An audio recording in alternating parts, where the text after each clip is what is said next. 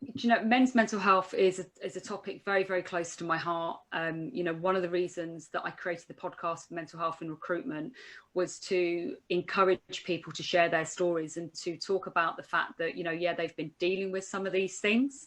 You know, what we know is that the male suicide rates sit at 75% compared to women at 25% in terms of the balance.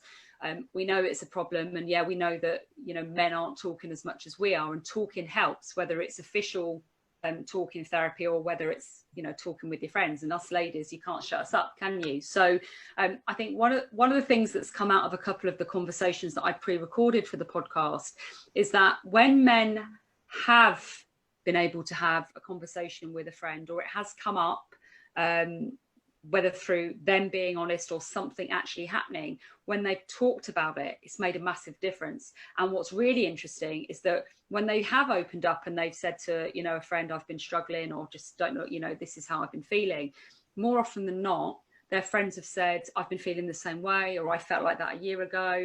And immediately that improved how they felt about it. And that's the stigma element, Amanda. That's the fact that, you know, people think that it's just them. And there is a huge piece, I think, in our industry, in any of the sales industry, you know, ego is very much tied to what we do and success and what is expected and perception.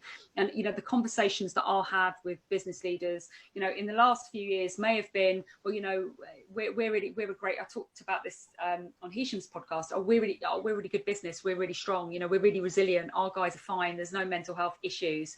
And actually, when you start digging in, and I can talk about conversations that I'll be having within businesses, you know, these guys are struggling. We're all struggling at some point. The stats are the stats, and we are not exempt from them. You know, common mental health disorders such as stress, anxiety, and depression will affect 1 in 4 of us at any one time. But what we know is that actually those stats are based on what people know, what gets reported on. And not many people are coming forward. Not as many people will come forward to get that diagnosis. So much goes undetected.